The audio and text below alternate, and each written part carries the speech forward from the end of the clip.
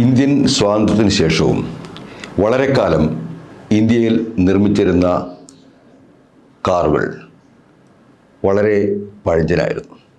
നമ്മൾ കണ്ടു കഴിഞ്ഞു, സ്വാതന്ത്ര്യത്തിന് മുമ്പ് തുടങ്ങിയ കമ്പനികൾ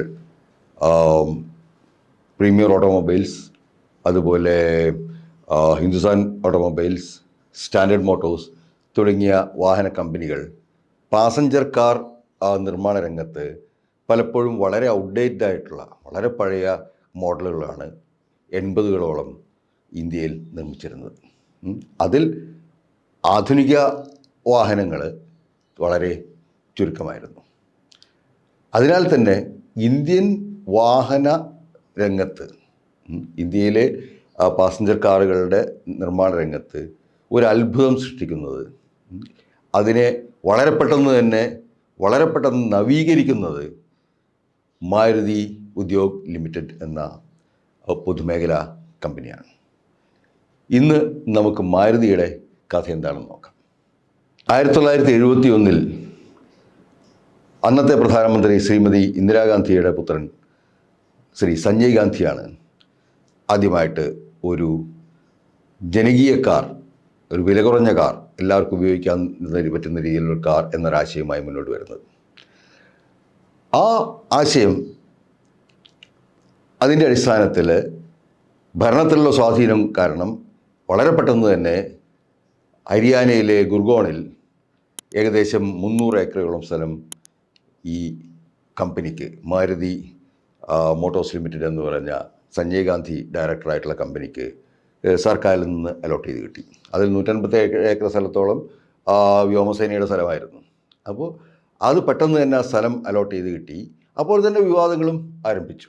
ആ സ്ഥലം അലോട്ട് ചെയ്ത് കിട്ടുന്നു. അതിനുശേഷം കമ്പനി തുടങ്ങുന്നതിന് മുമ്പേ തന്നെ ഡീലർമാരെ ക്ഷണിക്കുന്നു. ഡീലർമാരിൽ നിന്ന് 3 ലക്ഷം രൂപ വീതം ഡെപ്പോസിറ്റ് മേടിക്കുന്നു. അന്നത്തെ കമ്പനികളെല്ലാം തന്നെ 5000 രൂപ ഡെപ്പോസിറ്റ് മേടിച്ചിരുന്ന സമയത്താണ് ഈ 3 ലക്ഷം രൂപ ഡെപ്പോസിറ്റ് മേടിക്കുന്നത്. അങ്ങനെ ഈ കമ്പനിയുടെ പ്രാരംഭ നടപടികൾ തുടങ്ങുകയും 1974 ഒരു പ്രോട്ടോടൈപ്പ് വാഹനം നിർമ്മിക്കുകയും ചെയ്തു. ആ പ്രോട്ടോടൈപ്പ് വാഹനം നിർമ്മിച്ചത് ട്രയംഫ് മോട്ടോർ സൈക്കിളിൻ്റെ 2 സിലിണ്ടർ എഞ്ചിനും അതുപോലെ ആ ഗുർഗാവിലെ വർക്ക്ഷോപ്പിൽ നിർമ്മിച്ച ഒരു ബോഡിയും ചേർത്താണ് അതിൻ്റെ പ്രോട്ടോടൈപ്പ് വാഹനം ഉണ്ടാകുന്നത്. പക്ഷേ അത് അഹമ്മദാബാദിൽ അത് ടെസ്റ്റ് ചെയ്ത് കഴിഞ്ഞപ്പോൾ അത് റോഡ് വർത്തിയല്ല എന്ന് കാണുകയും അത് ഒഴിവാക്കേണ്ടി വരികയും ചെയ്തു. അപ്പോൾ ഈ രീതിയിൽ അതിൻ്റെ വലിയ തോതിലുള്ള വിവാദങ്ങളും കേസുകളും ഒക്കെ അവിടെ ഉണ്ടായി. കാരണം ഈ ഡീലേഴ്സിന് അന്ന് പൈസ കൊടുത്ത് അവർക്ക് ഡീലേഴ്സിന് എന്ത് പറ്റിയെന്ന് വെച്ച് കഴിഞ്ഞിട്ടുണ്ടെങ്കിൽ അവർക്ക് വാഹനം ലഭിച്ചില്ല. അപ്പോൾ ഈ ഫാക്ടറിയിൽ നിന്ന് വാഹനങ്ങളൊന്നും പുറത്തു വന്നില്ല. അപ്പോൾ പിന്നീട് അടിയന്തരാവസ്ഥ കാലം കഴിഞ്ഞതിന് ശേഷം ശ്രീമതി ഗാന്ധി അധികാരത്തിൽ നിന്ന് പോവുകയും അതോടെ തന്നെ ആ കമ്പനി തകർച്ചയുടെ കയത്തിലേക്ക് പോവുകയും ചെയ്തു. പക്ഷേ 1980 മിസ് ഗാന്ധി അധികാരത്തിലേക്ക് തിരിച്ചു വരുന്നു. 1980 തന്നെ സഞ്ജയ് ഗാന്ധി ഒരു ദാരുണമായ വിമാനാപകടത്തിൽ കൊല്ലപ്പെടുന്നു. അതിനുശേഷം മിസ് ഗാന്ധി തിരിച്ചു വന്നതിന് ശേഷം അവർ ഈ കമ്പനി ഗവൺമെൻറ് ഏറ്റെടുക്കുന്നു. കേന്ദ്ര സർക്കാർ ഏറ്റെടുത്തുകൊണ്ട് മാരുതി ഉദ്യോഗ് ലിമിറ്റഡ് എന്ന പേരിൽ അത് രജിസ്റ്റർ ചെയ്യുന്നു. അതിനുശേഷം ലോകത്തെ പ്രമുഖ വാഹന നിർമ്മാതാക്കളുമായി സഹകരിച്ചുകൊണ്ട് ഒരു ചെറുകാർ, ജനങ്ങൾക്ക് ആവശ്യമുള്ള രീതിയിൽ വളരെ കുറഞ്ഞ വിലക്ക് ഒരു കാർ നിർമ്മിക്കുക എന്ന ആശയത്തിലേക്ക് പോകുന്നു.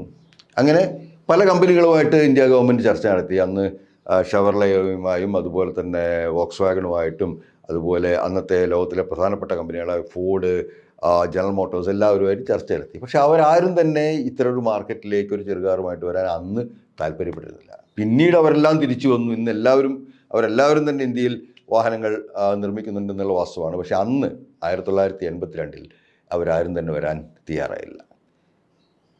മാരുതി കമ്പനിയുമായിട്ട്, ഗവൺമെൻറ്റിൻ്റെ മാരുതി ഉദ്യോഗ് ലിമിറ്റഡ് എന്ന കമ്പനിയുമായിട്ട് സഹകരിക്കാൻ തയ്യാറായത് ജപ്പാനിലെ ഒരു ചെറിയ കാർ നിർമ്മാണ കമ്പനിയായ, ജപ്പാനിൽ അപ്പോഴും വലിയ വലിയ കമ്പനികളുണ്ട്, ടയോട്ട അതുപോലെ തന്നെ നിസാൻ തുടങ്ങിയിട്ടുള്ള വലിയ വലിയ കമ്പനികളുണ്ട്. അവരൊന്നുമല്ല വന്നത്. ഇത് സുസൂക്കി എന്ന് പറഞ്ഞുള്ള ഒരു ചെറുകിട കാർ നിർമ്മാണ കമ്പനിയാണ് അന്ന് ഇന്ത്യ ഗവൺമെൻറ്റുമായിട്ട് സഹകരിക്കാൻ തയ്യാറായത്. അങ്ങനെ ഇന്ത്യ ഗവൺമെൻറ്റുമായിട്ട് സഹകരിച്ചുകൊണ്ട് സുസുക്കിയുടെ അന്നത്തെ ഏറ്റവും ചെറിയ കാറാണ്, വളരെ ചെറിയ ഒരു കാർ, അതായത് ആ സുസുക്കിയുടെ ഫ്രോണ്ടി എന്ന് പറഞ്ഞ ഒരു ചെറിയ മോഡൽ, ആ കാർ ഇവിടെ മാരുതി 800 എന്ന പേരിൽ ഇറക്കാൻ തീരുമാനിച്ചു. 800 എന്ന് പറഞ്ഞാൽ അതിൻ്റെ 799cc ആയിരുന്നു അതിൻ്റെ എഞ്ചിൻ്റെ കപ്പാസിറ്റി. ആ രീതിയിൽ ഈ കാർ ഇറക്കാൻ തീരുമാനിക്കുകയും അങ്ങനെ 83-ൽ ആദ്യത്തെ വാഹനം ഇറങ്ങുകയും ചെയ്തു. അപ്പോൾ അന്ന് വരെ ഇന്ത്യയിൽ നിർമ്മിച്ചിരുന്ന പാസഞ്ചർ കാറുകളും ഈ കുഞ്ഞൻ കാർ, ഈ മാരുതി 800 എന്ന് പറഞ്ഞ കുഞ്ഞൻ കാറും തമ്മിലുള്ള വ്യത്യാസം എന്തായിരുന്നു വെച്ചാൽ, ഏറ്റവും പ്രധാനപ്പെട്ട വ്യത്യാസം, ആ വാഹനം അന്നത്തെ കണ്ടംപററി ആയിട്ടുള്ള, അന്ന് ജപ്പാനിൽ അവർ മാനുഫാക്ചർ ചെയ്തുകൊണ്ടിരുന്ന അന്നത്തെ ഏറ്റവും ആധുനികമായ വാഹനമാണ് ഇവിടെ അവർ മാനുഫാക്ചർ ചെയ്യാൻ വേണ്ടി തിരഞ്ഞെടുത്തത്. അങ്ങനെ 26% ഷെയർ സുസുക്കിക്കും അതുപോലെ ബാക്കി ഷെയർ ഇന്ത്യ ഗവൺമെൻറ്റുമായിട്ട് 83-ൽ ഈ വാഹന നിർമ്മാണ കമ്പനി ആരംഭിച്ചു കഴിഞ്ഞപ്പോൾ ഉണ്ടായ ഒരു പ്രധാനപ്പെട്ട കാര്യം എന്താണെന്ന് വെച്ച് കഴിഞ്ഞിട്ടുണ്ടെങ്കിൽ, ഈ വണ്ടികൾക്ക് അത് അന്ന് കപ്പാസിറ്റി ആദ്യത്തെ വർഷം 20,000 വാഹനങ്ങളും പിന്നീട് അടുത്ത വർഷം 40,000 വാഹനങ്ങളുമാണ് അത് പ്രൊഡ്യൂസ് ചെയ്യാൻ സാധിച്ചത്. പക്ഷേ ഈ വാഹനങ്ങളുടെ ക്വാളിറ്റി, ഇത്ര ചെറിയ വാഹനങ്ങളാണെങ്കിലും ഇന്ത്യക്കാർ ആദ്യമായിട്ടാണ് ഇന്ത്യയിൽ നിർമ്മിച്ച വളരെ ആധുനികമായ ഒരു വാഹനം കാണുന്നത്. അതുകൊണ്ട് തന്നെ അതിൻ്റെ ക്വാളിറ്റി കൊണ്ട് തന്നെ അത് ജനങ്ങളെ വളരെയധികം ആകർഷിക്കുകയും അതുപോലെ അതിൻ്റെ വിലയും, അത് 50,000 രൂപയായിരുന്നു അതിൻ്റെ വില. 1,20,000-ഓളം ബുക്കിംഗാണ് ആദ്യത്തെ മോഡൽ മാരുതിക്ക് ലഭിച്ചത്.